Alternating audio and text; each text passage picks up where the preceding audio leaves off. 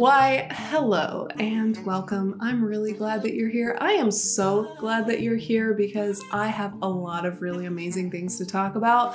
For those of you who are new, my name is Michelle and you are watching Heart of Michi, where I talk about whatever I feel like. Today, I want to talk about the amazing things that I have watched this month and read this last month in the month of October. I don't know what it is about the month of October. I had crazy real life situations. Like I moved, I started a new job, I decided I'm gonna be a municipal liaison for some reason for NaNoWriMo, I decided I'm gonna work on my novel, I decided I'm gonna have two YouTube channels, which I have recently decided that was a bad idea. And I have read and watched some amazing things. My God, did they come at a better time? And they are all so good, in fact, that comparing them is difficult. So I'm going to talk to you guys today about the media that I consumed in the month of October, because I feel like I could recommend each and every one of these things, which I'm about to list.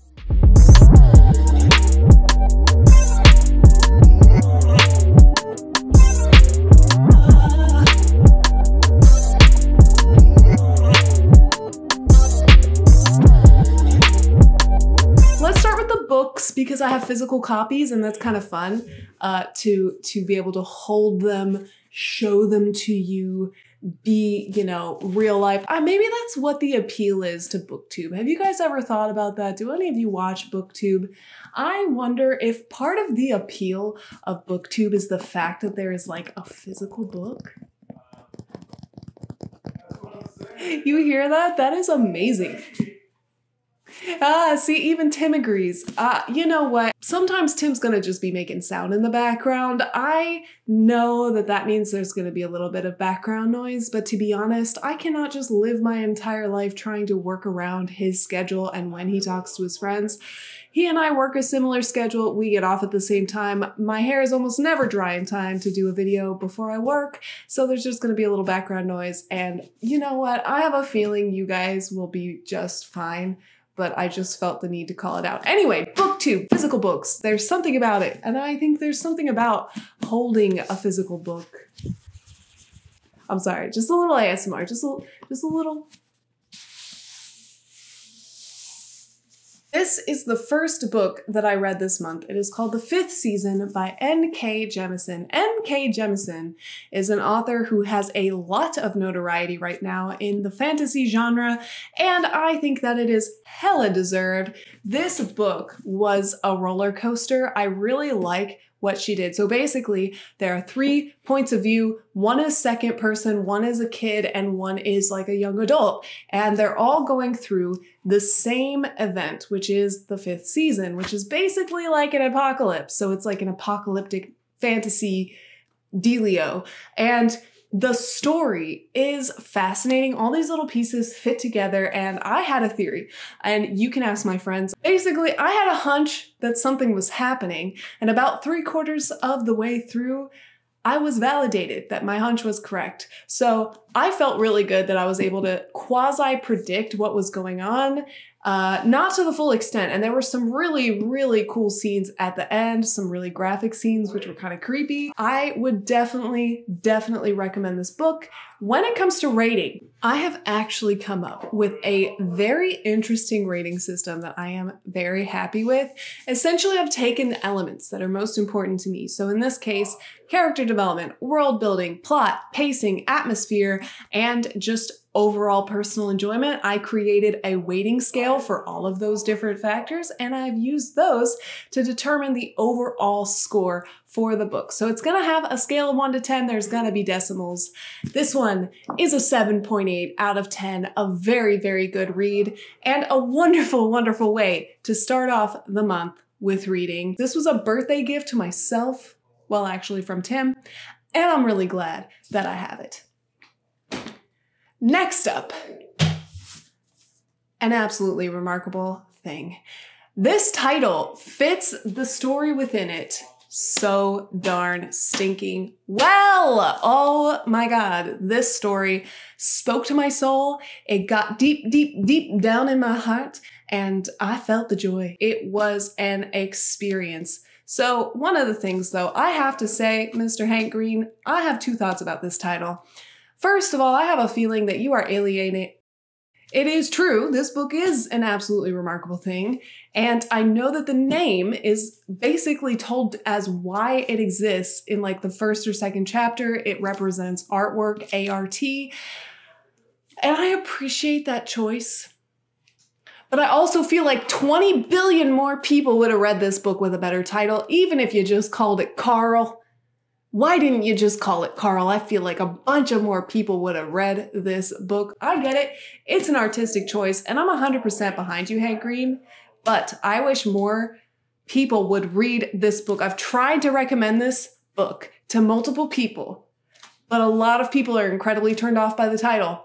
And when I can't tell somebody to read an absolutely remarkable thing because the title says it's an absolutely remarkable thing, that's really frustrating. The book is really short, super quick read. I read it in probably a week. I loved every single second of it. I couldn't put it down. I flew through this book. The main character is amazing. The story is my cup of tea. I don't know if it's everyone's cup of tea, but essentially this girl gets insta-famous after she finds an alien.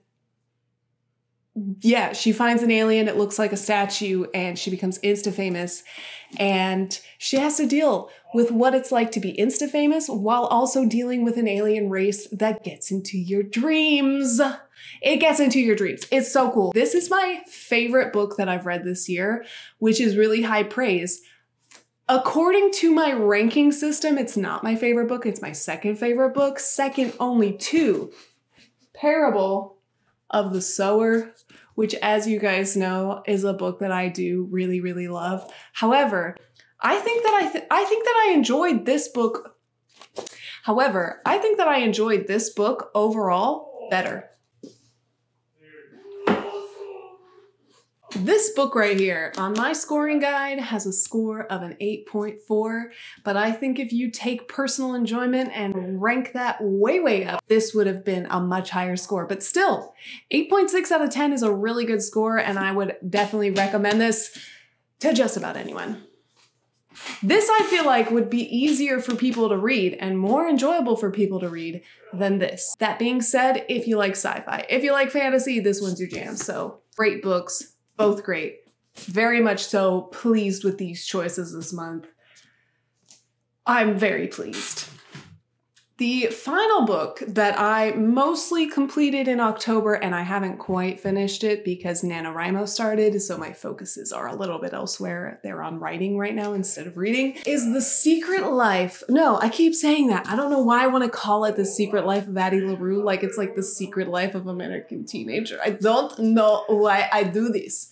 This book, The Invisible Life of Addie LaRue, is one of the most poetic books I have read in a long time. Now, granted, I don't tend to gravitate towards stories that have very poetic prose, so I don't have the greatest experience with poetic prose, but let me just read to you a couple of lines. Just a couple, because they really, really got to me. The voice splits, doubles, rattling through tree limbs and snaking over moss, folding over itself until it is everywhere. Oh, that gets me. Another one just a couple pages before. Day breaks like an egg yolk. Day breaks like an egg yolk, spilling yellow light across this field. That's gorgeous. And I also feel like this is a really good book if you want to analyze the writing and analyze the plot. What I have picked up on so far is that she does a lot of foreshadowing. I've caught a few places where I'm like, this feels out of place and important, so I marked it. So I have a little marking system going on. I'm trying it out. We're gonna see how it goes, but I wanna analyze this book. I wanna take the time to do a video essay about this book. Is it gonna be my favorite book of the year? I don't know. I really, really loved An Absolutely Remarkable Thing. Is this going to be a book that I spend a lot of time going over and over and rereading and trying to figure out all the intricacies of? Probably.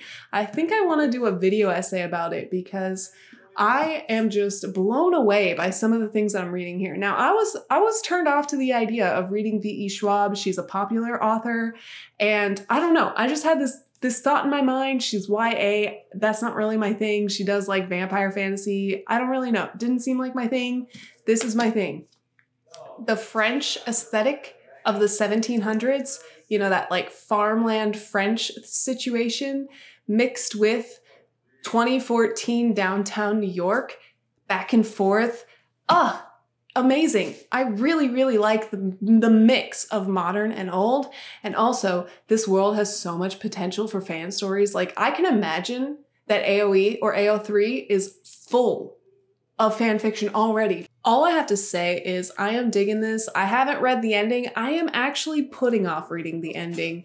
The reason I even picked up this book is because Daniel Green said he got post-book depression, and not gonna lie, I can see how that might happen, and it's happening to me, and I'm trying to put off the ending because I don't want to be depressed that it's over. So those are the books that I read this last month, and I cannot be happier with the choices. Literally my best reading experience this entire year.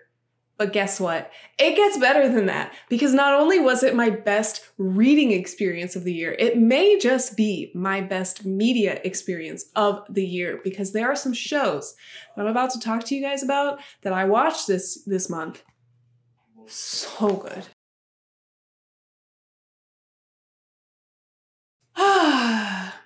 Some of the movies I watched, I'll be honest, not great. I watched this movie, it's called Nocturne. It's about a girl who plays piano and she's trying to get into Juilliard, and she basically summons the devil to help her be a better player. Very weird, very off-putting. In terms of vibes, I'd say it's decent. It definitely was freaky. There weren't a lot of jump scares. It was mostly built around suspense, which I liked. The acting, the overall plot and characters, but the atmosphere was cool. I also watched The End of Evangelion, which is basically the ending that was supposed to happen with the original anime. It's amazing, obviously, like that goes without saying. I mean, Evangelion is an amazing anime. Speaking of anime, I watched what may just be one of my favorite animes of all time this month. It was my first experience with it, but the second the anime was over, I had major post-show depression. I was very sad that the story and the world was gone.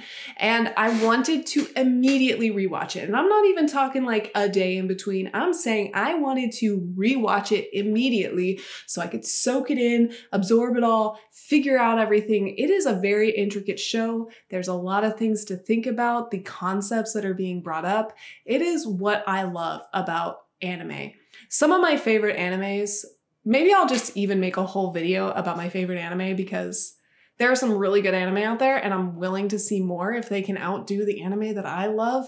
So keep your mind open. But this anime is called Parasyte. Essentially, there are these parasites that come into the human world, they take over a human body, and they can then morph whatever body part they have stolen. So the main character gets a parasite, stops it in his arm, and his entire left arm, becomes a parasite. Most people aren't that lucky. Most people's parasites get into their brain and steal their mind.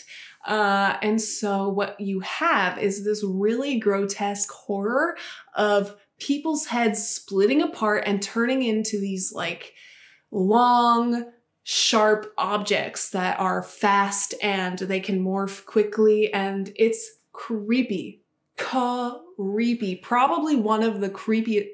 Did I just look like Trump there? Probably one of the creepy. It is very philosophical and I love it. The main character is a nice little INFP. He gets kind of put together with this parasite who, it's really hard to say what the parasite's personality is. If I had to just like throw out a personality, I'd say ISTJ or maybe even INTJ. It's definitely got this more cool, calculated vibe going on. But these two characters kind of have to become partners because they rely on one another. And there's really interesting themes about what we actually perceive as humanity, what life forms should actually be valued is human life really worth the value that we put on it? There are just very strong moral and philosophical questions from this story that just my brain is still trying to process. And I know that I need to watch it again if I'm really going to have that information sink in and to fully process my thoughts on that. But Parasyte is amazing. Some other shows that I watched The Boys. You guys saw I did a typing for Homelander. I think he's an ESFJ. The Boys was an interesting show because it is a satire on the superhero world. Now, anyone who knows me and has spoken with me for like more than a day, they know that I really don't like Avengers. I really don't like the MCU. I don't like the DCU. I just don't like superhero movies. The only superhero movies that I actually liked were, The Dark Knight. I really like The Dark Knight, and I like the old Batman. The Tim Burton ones, yeah, those are pretty good. But I don't really like superhero movies otherwise. However, this was really interesting because it was showing how superheroes would actually be like in real life. But it's also a satire not only on the superhero world that we seem to be in, but on American society in general, and how we use numbers and metrics and, oh, this is what's popular right now, so let's lean into it kind of stuff. And I really like the attention drawn to the way that our society is manipulated by companies trying to make a profit off of us. I just thought it was cool. It's a cool thing to think about. It's a cool thing to watch. And in general, the superheroes and how they play together is pretty interesting. Is it like my favorite show of all time? Do I think that everyone should watch it? I wouldn't say it's like something I even really want to rewatch. Maybe when the next season comes out, I'll rewatch it. I tend to do that when new seasons come out, just like rewatch the show so I'm ready for the new season. But other than that, I don't really see much value in watching it again.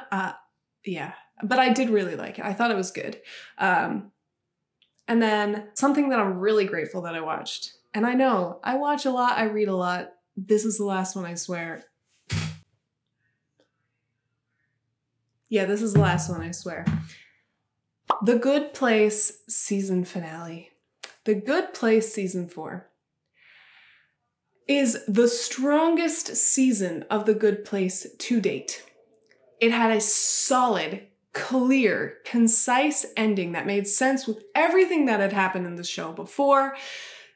Basically, the show is a conversation on how we view good and bad behavior and how we view what is heavenly and what is, worthy of being in eternal torment for. The main characters are all people who should have gone to the bad place but ended up going to the good place, and they find out that they should be in the bad place, and they do a bunch of stuff. They try to save humanity, and the show is just really good. It's funny, it's campy. I love campy stuff. I really liked the ending. It was complete. It was beautiful. I cried like a baby for like 2 hours straight as I watched the last few episodes. It hit me in the feels. I have had a phenomenal month for media, both books and TV shows, and I cannot be more grateful for what I've consumed. Will I watch a lot this month? I don't know. I'm gonna finish The Invisible Life of Addie LaRue. I am going to read The Haunting of Hill House. Oops. My goodness, was I not expecting it to be like 0 pages? That's gonna be read in like 3 days. And I'm not really sure what's coming next. I want to leave my horizons open in case something really good comes out. There's something about reading cutting-edge fiction that is really addictive. But I just wanted to gush about these things that I watched this month because, first of all, you guys deserve to know that they exist. And, I just want to talk about things that I love here on this channel. And I'm starting by talking about the things that I love from last month. What did you watch last month? What did you read last month? Was any of it amazing? Have you read or watched any of the things that I mentioned here? If you have, or if you would like to join us in any readathons or watchathons, come on down to the Discord server. We have a little book club going, and what we've been doing is we all talk about a book until the other ones buy it and read it, and it's been a lot of fun to do that. So if you want to join in on that absolute fun, go ahead and check out the link down below.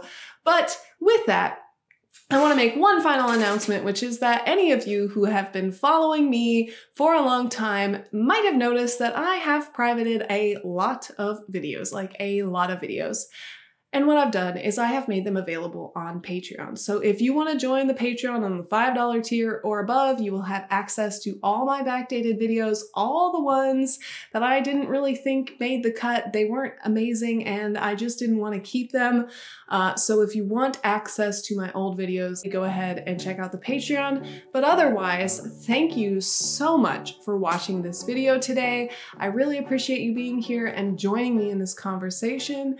And if you like this video, go ahead and like and subscribe, and I hope that you have a beautiful, amazing, fantastic day. Bye!